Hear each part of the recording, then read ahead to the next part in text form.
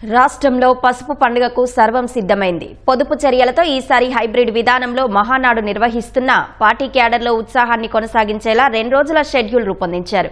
పార్టీకి శ్రీరామ రక్షగా నిలిచే మహిళలకు, రేపటి తరాన్ని నడిపించే యువతకు అగ్రతాంబూలమిచ్చారు. పసుపు జెండా పేదవానికి అండ, ప్రగతికి అజెండా అని చాటి చెబుతూ 1875 క్లస్టర్ల నుంచి లక్షలాది మంది మహావేడుకలో పాల్గొనేలా ఏర్పాట్లు చేశారు. 20 రాజకీయ తీర్మానాలను ప్రవేశపెట్టి రాబోయే రోజుల్లో అనుసరించాల్సిన వ్యూహాలను నేతలు శ్రేణులకు దిశానిర్దేశం చేయనున్నారు. తెలుగుదేశం పార్టీ నాయకులు, కార్యకర్తలు పెద్ద పండుగగా భావించే మహానాడుని ఇవాళ రేపు 2 రోజుల పాటు ఘనంగా నిర్వహించనున్నారు. పశ్చిమాసియాలో ఉద్రిక్తతల నేపథ్యంలో ప్రధాని మోదీ పిలుపు మేరకు ఇంధన వినియోగం, ఖర్చు తగ్గించేందుకు ఈసారి హైబ్రిడ్ విధానంలో మహానాడును నిర్వహిస్తున్నారు. మంగళగిరిలోని పార్టీ కేంద్ర కార్యాలయంలో ప్రధాన కార్యక్రమం నిర్వహిస్తున్నారు. రాష్ట్రంలోని 1875 క్లస్టర్లు, 25 లోక్సభ నియోజకవర్గ కార్యాలయాల నుంచి పార్టీ నాయకులు, కార్యకర్తలు ఆన్లైన్లో భాగస్వాములయ్యేలా ఎక్కడికక్కడ ఏర్పాట్లు చేశారు. పార్టీ కార్యాలయంలో జరిగే కార్యక్రమం స్థాయికి ఏమాత్రం తగ్గకుండా ఆయా కేంద్రాల్లోనూ భారీ ఎల్ఈడీ తెరలు, భోజనాలు వంటి సదుపాయాలన్నీ స్థానిక ఎమ్మెల్యేలు, నాయకులు ఏర్పాటు చేశారు. మహానాడుని ఈసారి స్త్రీశక్తి థీమ్తో నిర్వహిస్తున్నారు. భవిష్యత్ నాయకత్వాన్ని తీర్చిదిద్దే దిశగా యువతను ప్రోత్సహించేందుకు దీన్ని వేదికగా చేసుకుంటున్నారు. టీడీపీ నేషనల్ వర్కింగ్ ప్రెసిడెంట్గా లోకేష్ బాధ్యతలు చేపట్టాక జరుగుతున్న తొలి మహానాడులో కార్యక్రమాల నిర్వహణ, వక్తల్లో మహిళలు, యువతకు ప్రత్యేక ప్రాధాన్యతనిస్తున్నారు. ఇది కేవలం ఒక మీటింగే కాదు, ఇది భవిష్యత్ ప్రణాళిక కూడా, భవిష్యత్ కార్యాచరణ ఇందులో రూపొందించుకోబోతున్నాం. ఇది మాకు ఒక పెద్ద పండగ మహానాడు అంటే. ఆ కార్యక్రమాన్ని అందరూ చాలా ఉత్సాహంగా పాల్గొని, కొంత కార్యకర్తలకి నైరాశ్యం ఉన్నప్పటికీ కూడా ఫిజికల్ మోడ్లో చేసుకోవాలి, అది ఎప్పుడో గత 40 సంవత్సరాల నుంచి చేసుకున్నటువంటి ఆనతికి భిన్నంగా ఈరోజు మేము హైబ్రిడ్లో చేసుకున్నప్పటికీ కూడా కార్యకర్తలు అందరూ కూడా ఉత్సాహంగానే పాల్గొని ఏర్పాట్లు చేసుకోవడం జరిగింది.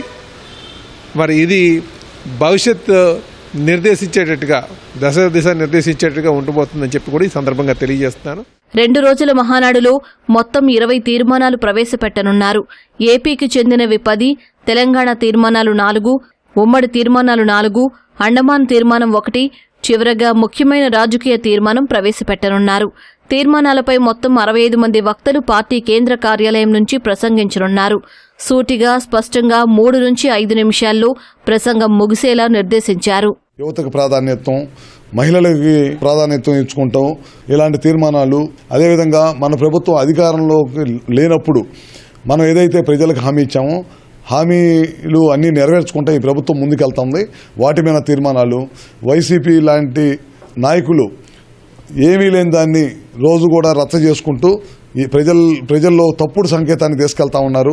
మహానాడులో వీటన్నిటి మీద కూడా చర్చించి, మంచి చెడుని అన్నింటిని కూడా చర్చించి, ఏ విధంగా మనం చేసిన దాన్ని ప్రజల్లోకి ఎలా తీసుకెళ్ళాలి, ప్రజలు ఏం కోరుకుంటున్నారు, ప్రజలకు ఇంకా మనం మేలైన కార్యక్రమాలు ఏం చేయాలనే దాన్ని అన్నింటి మీద చర్చించుకుంటూ ఈ పార్టీ ముందుకెళ్తా ఉంది. తెలుగుదేశం పార్టీ భారతదేశంలో ఒక ప్రత్యేక స్థానంలో ఉంది. దాంట్లో భాగంగా అండమాన్ నికోబార్ సంబంధించి మనం కూడా మన మున్సిపల్ ఎన్నికల్లో మనం చైర్పర్సన్గా ఎన్నుకోవడం జరిగింది. అక్కడ కూడా పేఆర్టీ ఉండాలి. గత మనం 30 ఏళ్ళుగా అక్కడ యాక్టివిటీస్ కూడా జరుగుతున్నాయి కనుక ఈసారి కొత్తగా తొలిసారిగా మనం అండమాన్ నికోబార్ సంబంధించిన తీర్మానాలను కూడా మనం తీసుకుంటున్నాం. ఇది ఒక శుభపరిణామం. ఎందుకంటే మనం తెలంగాణలో కానీ, ఇటు మనకి అండమాన్లో కానీ ఈ యాక్టివిటీస్ కూడా మనం చేసుకుంటున్నాం. ముఖ్యంగా తెలుగువాడికి అనుసంధానమైన తెలుగుదేశం పార్టీ ఎక్కడున్నా సరే ముందెళ్ళాలన్న ఆలోచనతో ఈ కార్యక్రమం చేస్తున్నాం. అధికారంలోకి వచ్చిన 2 ఏళ్లలో ప్రభుత్వం సాధించిన విజయాలు, అమలు చేసిన హామీలు, సాధించిన పెట్టుబడులు, పరిశ్రమలు, చేపట్టిన సంక్షేమ కార్యక్రమాల గురించి ప్రజలకు వివరించేందుకు 2029 ఎన్నికలకు ఎప్పటినుంచే రోడ్ మ్యాప్ సిద్ధం చేసేందుకు ఈ మహానాడు దోహదం చేస్తుందన్న భావన పార్టీ వర్గాల్లో ఉంది. ఖచ్చితంగా ఈ సంవత్సర కాలం జరిగినటువంటి ప్రభుత్వంలో ఉన్నాం కాబట్టి ప్రభుత్వం చేసినటువంటి మంచి కార్యక్రమాలు నెమరు వేసుకుంటూ పార్టీ పరంగా ఏ విధంగా ముందుకెళ్ళాలి, ప్రభుత్వ పరంగా భవిష్యత్తులో రాబోయే సంవత్సర కాలం ఏ విధంగా ముందుకెళ్లాలనే దాని మీద పూర్తి స్థాయిలో అన్ని అంశాలు చర్చించి తీర్మానాల ద్వారా ప్రవేశపెట్టి వాటి మీద పూర్తిగా చర్చించడం జరిగింది. మహానాడు అనేది మహావేడుక పండుగ తెలుగుదేశం పార్టీ కార్యకర్తలకి. అందరూ కూడా ఆయా ప్రాంతాల్లో వారందరూ కూడా పార్టిసిపేట్ చేసి వారందరూ కూడా మహానాడు విజయవంతం చేయడంలో వారందరూ భాగస్వాములు కాబోతా ఉన్నారు. మొత్తం యావత్ రాష్ట్ర వ్యాప్తంగా కూడా ఇవాళ 1875 క్లస్టర్లు అంటే ప్రతి మూలకి ప్రతి చివరి ప్రాంతం వరకు కూడా ఈ మహానాడు పండుగ అనేది పూర్తిగా తీసుకెళ్లబోతా ఉన్నాం. పార్టీ కేంద్ర కార్యాలయంలో జరిగే కార్యక్రమంలో వేదికపై పార్టీ అధినేత చంద్రబాబు, జాతీయ కార్యనిర్వాహక అధ్యక్షుడు లోకేష్, రాష్ట్ర అధ్యక్షుడు పల్లా శ్రీనివాసరావుతో పాటు పోలిట్ బ్యూరో సభ్యులు మాత్రమే కూర్చుంటారు. మొత్తం 30 మంది కూర్చునేలా వేదికపై ఏర్పాట్లు చేశారు. పార్టీ కేంద్ర, రాష్ట్ర కమిటీల్లోని మొత్తం 250 మందిలో సుమారు 90 మందిని క్లస్టర్లలో జరిగే మహానాడు కార్యక్రమానికి పరిశీలకులుగా నియమించారు. వారు జిల్లాలకు వెళ్లగా మిగిలిన వారు పార్టీ కేంద్ర కార్యాలయంలో జరిగే కార్యక్రమానికి హాజరవుతారు. మహానాడు మొదటి రోజు చంద్రబాబు పార్టీ జెండా ఆవిష్కరించి ఎన్టీఆర్ విగ్రహానికి పుష్పాంజలి ఘటిస్తారు. అనంతరం సభా వేదికపైకి చేరుకుని జ్యోతి ప్రజ్వలన చేయడంతో కార్యక్రమం మొదలవుతుంది. 1875 క్లస్టర్లకు గాను 1851 క్లస్టర్లలో భారీ తెరలపై మహానాడు కార్యక్రమాన్ని వీక్షించే ఏర్పాట్లు చేశారు. ఒక్కో క్లస్టర్లో 300 మంది వీక్షించేలా ఏర్పాటు చేశారు. తొలిసారి అండమాన్కి సంబంధించిన తీర్మానం ప్రవేశపెట్టడంతో పాటు అక్కడి పార్టీ నాయకులు, కార్యకర్తలు కూడా ఆన్లైన్లో పాల్గొంటున్నారు.